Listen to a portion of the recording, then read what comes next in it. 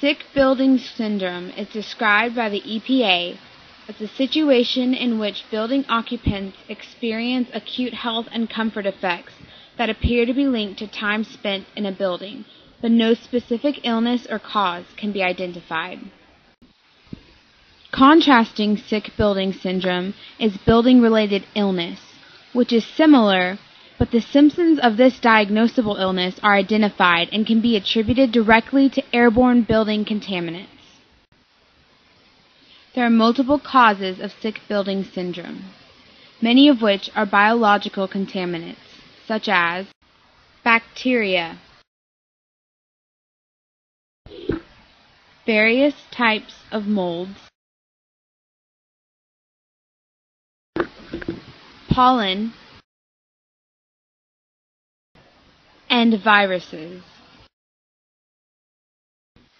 VOCs, or volatile organic compounds, also contribute to sick building syndrome. Adhesives, carpeting, upholstery, copy machines, pesticides, and multiple cleaning agents emit volatile organic compounds. Tobacco smoke also contributes high levels of VOCs. Low or moderate levels of VOC emissions can create irritation of the eyes, nose, throat, skin irritation, as well as odor and taste sensations. Exposure to VOCs at high levels has been known to cause cancer. Other causes of SBS include poor indoor air quality, pollution from outdoors from things such as motor vehicle exhaust, improper exhaust ventilation of the ozone, which happens because of some office machinery, as well as a lack of adequate fresh air intake.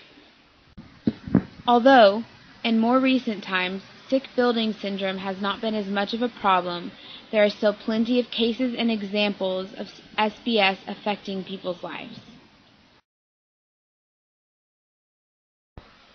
Sharon Creef in West London used to work in an office made out of an old car factory. When the complex was converted into an office, there was no proper ventilation made.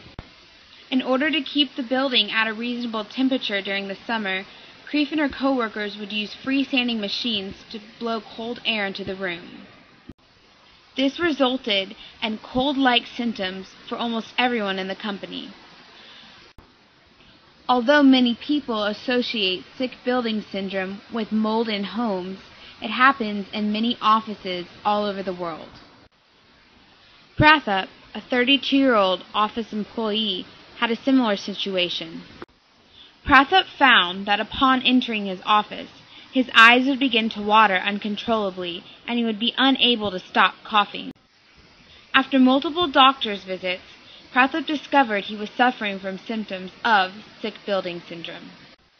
In this situation, it did not infect the rest of the staff. Only a few were allergic to the substance located under the carpet.